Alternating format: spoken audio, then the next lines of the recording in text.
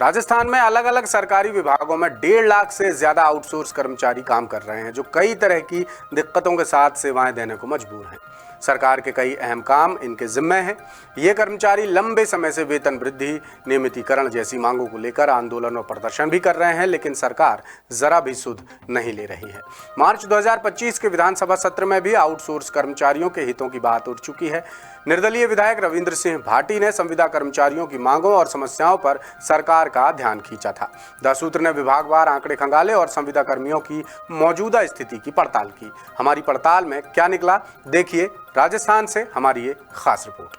हर office में, चाहे वो कहीं के भी हो, किसी भी विभाग की हो, आज वो ऑफिस चल रही है तो संविदा कर्मियों की बदौलत चल रही है। और उन संविदा कर्मियों की बात, उनके हक, उनके अधिकार, उनकी मांगों को अभी तक गौर से सुना नहीं गया, उन पे कोई विशेष काम नहीं किया गया।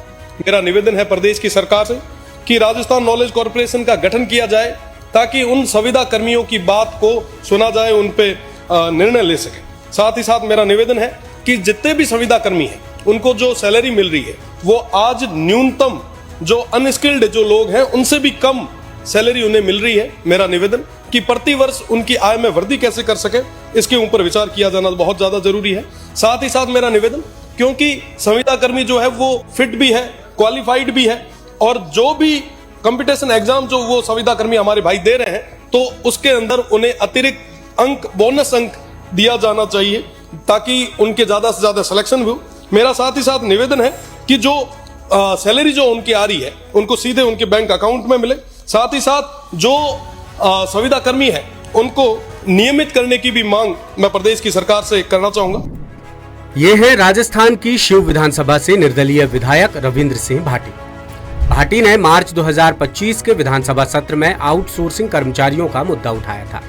बकौल भाटी, प्रदेश के कई अहम विभागों के अहम काम संविदा कर्मचारियों के जिम्मे है, लेकिन उनकी सैलरी न्यूनतम स्तर से भी कम है। भाटी ने सरकार से निवेदन किया कि पॉलिसी बनाकर संविदा कर्मियों की स्थिति में सुधार किया जाए। द सूत्र की पड़ताल में पता चला कि राजस्थान के सभी सरकारी विभागों में 1.5 लाख से ज्यादा संविदा कर्मचारी काम कर रहे हैं, लेकिन अब तक सिर्फ 7 विभागों ने ही नियमों के तहत भर्ती प्रक्रिया का पालन किया है। लिहाजा नियुक्ति को लेकर संविदा कर्मचारी लगातार आंदोलन और प्रदर्शन कर रहे हैं। उनका दावा है कि वो वर्षों से सरकारी कार्यालयों में काम संभाल रहे हैं, फिर भी उन्हें नियमों के तहत शामिल नहीं किया जा रहा है। संविदा कर्मचारियों के नियमितीकरण और नियुक्ति प्रक्रिया को लेकर नियमावली बनने के बावजूद सरकारी सिस्टम उन पर जरा भी ध्यान नहीं दे रहा है, जिसका बुरा असर न केवल कर्मचारियों बल्कि उनके परिवार पर भी पड़ रहा है।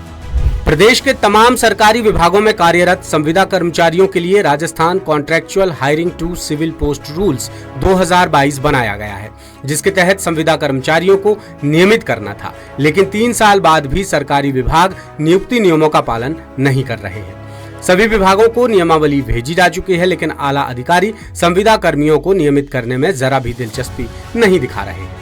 द सूत्र की पड़ताल में पता चला कि सरकार ने Rajasthan contractual hiring to civil post rules 2022 लागू कर कुल 1,22,527 पद सृजित किए थे, लेकिन अब तक सिर्फ 60,126 पदों पर ही नियुक्तियां हो पाई हैं।